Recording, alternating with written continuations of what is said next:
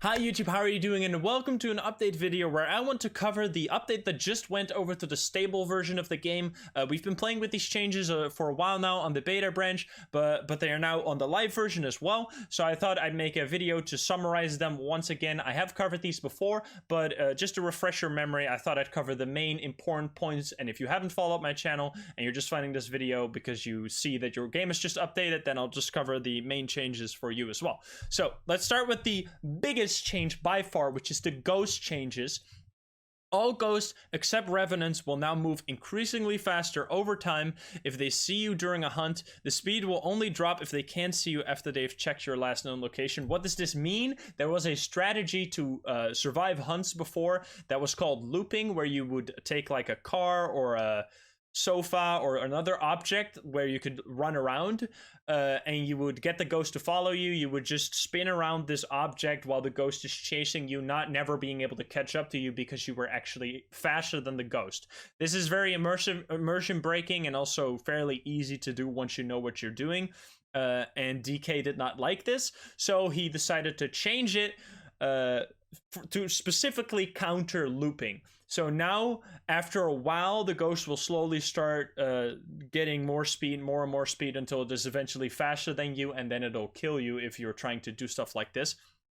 It doesn't really change much for normal play. For casual play, where you just run away as fast as possible, hopping to a hiding spot, you'll be generally having the exact same experience as you had before, so don't be too scared. This is not as big as it might seem. The speed ramps up fairly slowly. It's mostly just to counter like the perma looping, where you could just be completely safe against a ghost. So I actually really like these changes. Even as someone who liked to loop a lot, I am a fan of these changes. Besides that, there is now an awesome change, in my opinion, that furniture will now block the line of sight between you and the ghost. That means that there are now a lot more places you can hide in all maps, which ties into this change. Added several new hiding places to Grafton and Bleestill. The hiding places on Grafton and Bleestill are mostly furniture hiding spots, hiding behind bookshelf, hiding behind washing machines, hiding behind dividers, stuff like that, which is super cool and kind of unique for these maps, because Edgefield, Tanglewood, and Bridgeview are mostly based around hiding into closets or lockers, whereas Grafton and Bleestill are now much more focused on hiding behind furniture. They did, however, also add 2 lockers in the attic on Grafton, but those are like the only, just like there's only 2 lockers in Bleestill all the way in the garage. There's only 2 lockers on Grafton, so it's really cool to see that there's now many different ways to hide, and it's a lot more creative. Hiding feels a lot more like involved and immersive. I really like this change. This is one of my favorite changes of this patch.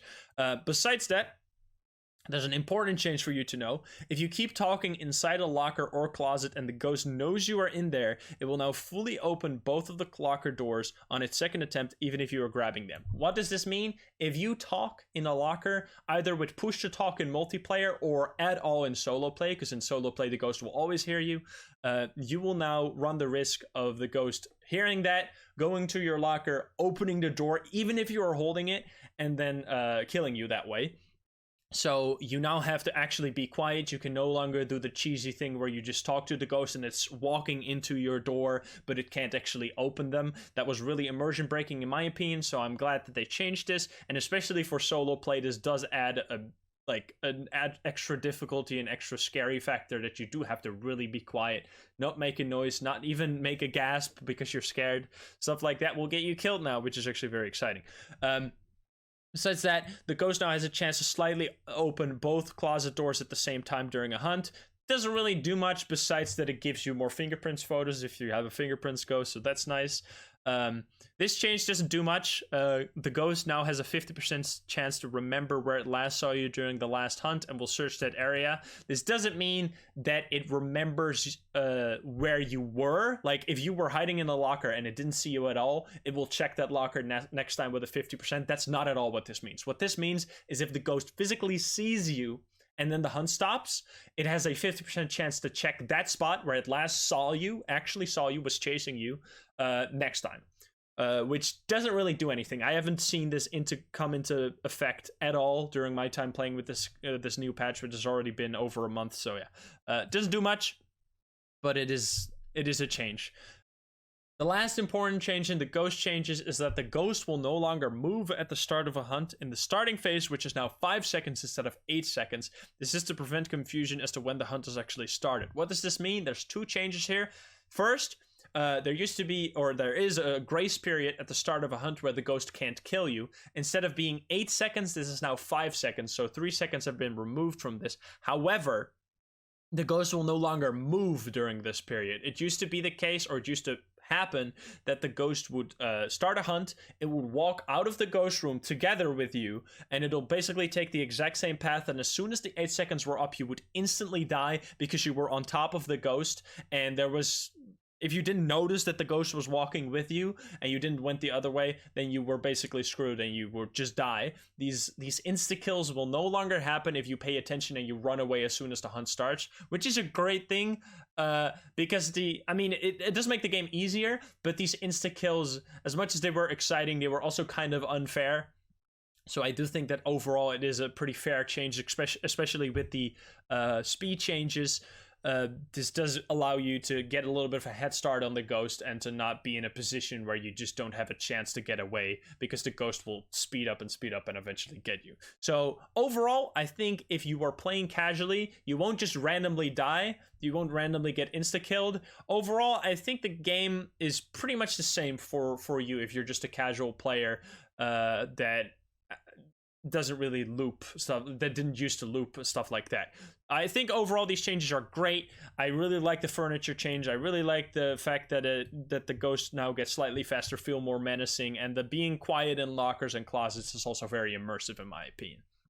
So now that's the main change. Those are the main changes of this patch. There are a few other things that I want to cover in changes here. Crucifix will now cause a 5-second delay in between each hunt attempt after it gets used by the ghost. What does this mean? It used to be the case that if you drop 2 crucifixes in the room, you could get really unlucky and the ghost would hunt and just use all your crucifix charges immediately. And you would still get chain hunted like after a couple seconds. Now, at least you'll get 5 seconds of use out of each crucifix charge, which means that a crucifix can buy you at least 10 seconds. It's not that much. I think this could definitely be buffed to like 10, 20, maybe even 30 seconds. I don't see why it's so short. But yeah, it's something. It's nice. So that's a change. Another change that's really nice is that they added player volume controls to the main menu, which will carry over between games. So what this means is that you no longer have to hide in the corner from the guy with the Xbox Live microphone because he is breaking your ears. Now you'll be able to just tune him down, and that'll also apply in-game. So this is just really nice for playing in public lobbies or just playing with other people in general. I think this is a great change. And then the final change in this patch is over in fixes, which is actually a really cool thing. Fixed a bug where an Oni wouldn't throw objects faster than other ghosts, including poltergeists. In the book, in the journal, it says that the Oni is seen to throw objects at high speed sometimes. That wasn't in the game at all. Poltergeists can do this, and now Onis can also do this. It's a pretty rare ability, so don't expect poltergeists to just throw items all over the place like a polter. They also don't have like an inclination to throw more. It's not like a poltergeist where they also want to throw more. They can just throw faster when they do. So it's not necessarily like a poltergeist, but it's definitely cool that you now have this other way of telling Onis apart from other ghosts. I really like this. It's very useful for something like a no evidence challenge or other challenges where you don't have all the evidence tools at your disposal. You'll now have one more way to tell an Oni apart from the other ghosts, which is pretty cool. And it's more of a thing that if you know it's an Oni, you'll start to pay attention. You'll start to see him throw stuff really fast, and it'll be exciting to see that. But not a major change, but definitely cool and absolutely awesome that it's now finally implemented. That brings us to the end of all the changes. Again, major changes, the ghost changes, difficulty change, not necessarily a difficulty increase. In my opinion, it's more of a gameplay change, that it's now more focused on hiding and being like immersed and quiet, hiding behind furniture, keeping your mouth shut, not just like playing with the ghost. I think that's the main thing. No more looping, no more yelling at the ghost in locker, stuff like that, which I think is a great change. So overall, these changes are great in my opinion. Let me know what you think. I hope this refresh your memory. If you're not subscribed, please do so. If you like the video, like it. If you dislike it, dislike it. And if you want to join the live streams where I play with all these changes live, you can join us over at twitch.tv/Insym every single day at 7 p.m. Central European Time. Hope to see you there. Thank you so much for watching, and I'll see you in the next video. Bye-bye, guys. Bye-bye. Love you.